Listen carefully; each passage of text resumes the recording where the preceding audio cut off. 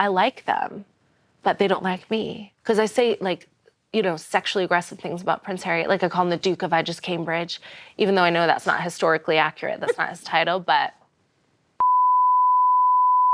Hello, I'm Katherine Ryan, and today I'm taking your questions about The Crown on Netflix and taking them to the delightful Professor Kate Williams, author, historian, genius. She's got all the answers. I want to know about Margaret. It's not a particularly spicy name. You wouldn't hear, oh, Margaret. You wouldn't believe what she got up to. So Margaret's tour of the US was absolutely a bombshell. I love the way the episode's called Margaretology, because the US fell in love with her. So she went to Hollywood, met Hitchcock, met Judy Garland, and then she goes to New York, and then she goes to Washington. And that's where she meets the president, Lyndon Johnson and Mrs. Johnson. Margaret was telling rude limericks. I get up to that. I'm telling rude limericks in the pub now and then, but not to the president. They found her vagina in North Carolina. And her arsehole in Buckingham Palace. Lyndon Johnson was completely captivated by Margaret. They danced till 1:40 in the morning. Now, we don't know exactly whether or not she was doing those naughty lyrics about what ended up in Arizona or Buckingham Palace, but it is very like Margaret. She was very risque. Did she bang him? Well, it was his wedding anniversary. His 32nd wedding anniversary with Mrs. Johnson. Yeah. So do you think she kissed him? They did obviously kiss on the cheek. I don't know whether they went in for a full-blown shag. You know, expression of, you know, transatlantic relations in that way. I hope not, because right now I think Obama's the only one who's never cheated on his wife. So do you think she was like the Prince Harry of then? The fun one. The fun one. She was the party animal of the royal family. The Mariah Carey of the royal family. The Mariah Carey of the royal family. The diva, going too far. When everyone's saying, let's tighten our belts, here's Margaret. Untightening belts. Untightening belt. Yes. Hope. I hope. Yeah. I secretly hope she was getting some. Blunt was a Cambridge-educated man, a really distant relative of the royal family, and during the war, he was really one of the biggest Russian spies. He passed over a huge amount of information to the Russians. He passed over so much that the Russians, they thought he was actually a triple agent because he was passing over too much stuff. So it's just crazy to me that they'd rather save face than prosecute someone who gave important information to the Russians. Such important information. He was actually talking in World War II about the Enigma machine that the codebreakers at Bletchley Park, they made the war 2 years shorter than it was because of their operations. They're heroes. And here was someone at the heart of the British establishment undermining Enigma. So did he hate Britain? No, but... He's just a troublemaker? He believed in the communist cause. I mean, we haven't really got him exactly saying why. I mean, he said he regretted it later, but... He regretted getting caught. He regretted getting caught. You see, Kate, they all regret getting caught. It does amaze me, because you think about Lord Haw-Haw, who put out those really silly, he put out these silly broadcasts of, you know, pro-German stuff. No one believed it. And he was executed as a traitor. But Blunt, he just lives a great life in the heart of the establishment. They start talking about a pay rise, and there is a feeling in the public that it's not acceptable, that already people are struggling, that there's not enough money.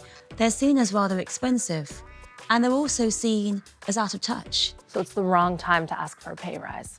It is. Their solution is a documentary called The Royal Family. But the minute it was on, you start to see a lot of concern in the establishment. They think, we've opened the doors. We've opened the doors to the royal family. Prince Philip doing sausages and Charles chatting over the breakfast table. It was too much. Well, how wrong they were, because the Queen could be Kim Kardashian now. She could have perfumes. She could have a line of shapewear, lip kits, endorsements, video games. Why did it go away? It's now locked in the archives. You can't get it. You and I would have to break in to the film archives to get to watch it. I'm their boss because I pay tax. So if I want to watch the Queen's reality show, then I should be able to. It's like if people want pictures of me on the tube, I'm like grateful that they want it. So even though I'm in a tracksuit, might be hungover, I'm like, but yeah, I'm on board with the royal family being mysterious. That mystique does enhance their value The hilarious thing is how smart they all are. Prince Philip's doing the barbecue, they're all just so smart, and the Queen's got the pearls. It's really funny. Like smartly dressed. Yes, yes. I was like, Prince Philip, sure. Well, the Queen did like Wilson a lot, despite the fact that she was apprehensive. But she and Wilson had this marvelous relationship. She really saw him as very down to earth and someone who'd explain to her what the average man was doing in the street. She let him smoke his pipe in her presence. Oh, wow. He was allowed to smoke his pipe during the prime ministerial meetings. I think the Queen probably smokes. And you know, he kept a photo of the two of them in his wallet.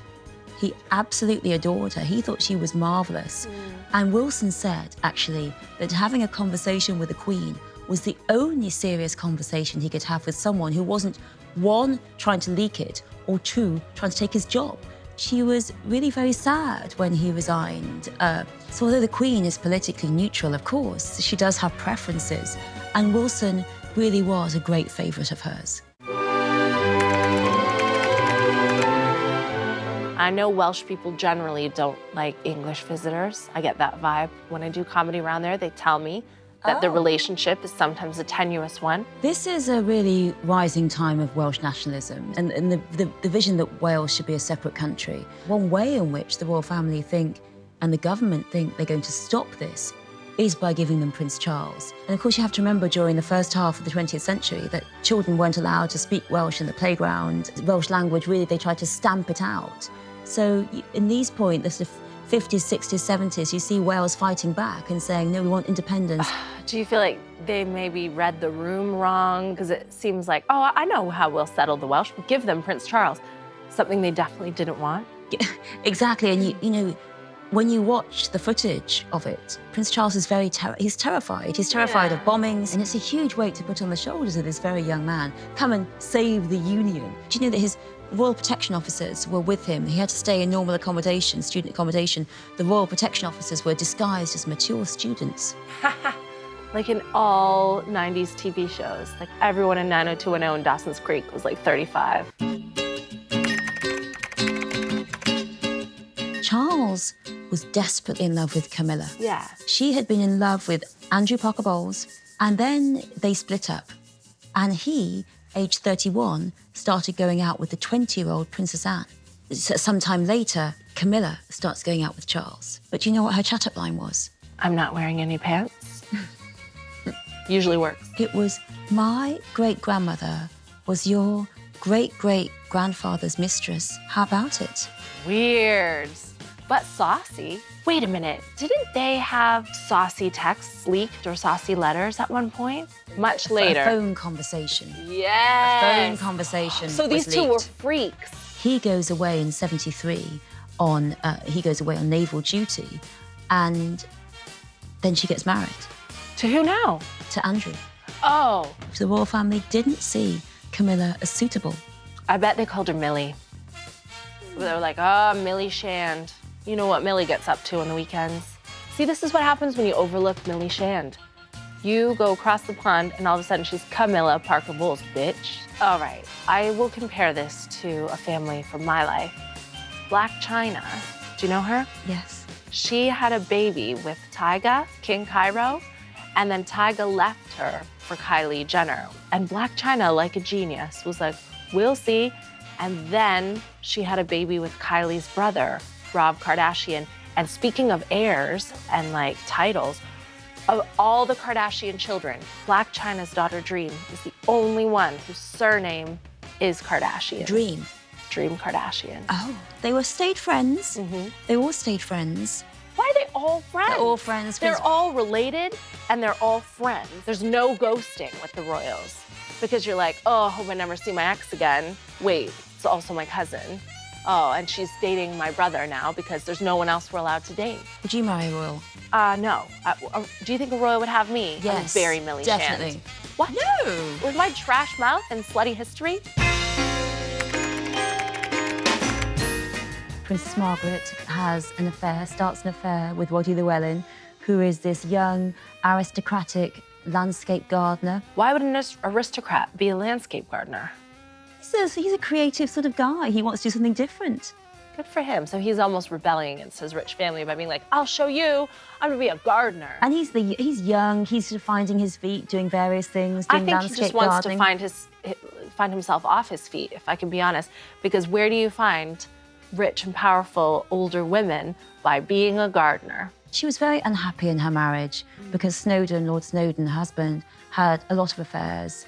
And Lord Snowden got a lot of support, and Margaret really felt as if the family, she said he was very oily with the family, very oily. So she felt excluded. And when Roddy pops up, well, it's He's really a different oily. It's different.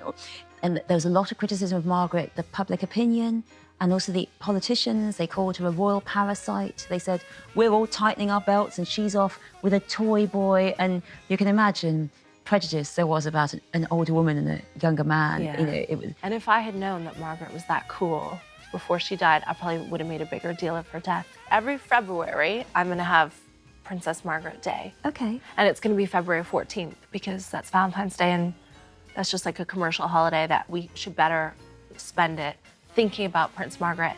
Can I come? Yeah. Great. It's gonna be on a Caribbean islands, and it will be immaculately landscaped. We can have all our bushes trimmed, snog some presidents, smoke it up. I don't smoke, but I'll learn.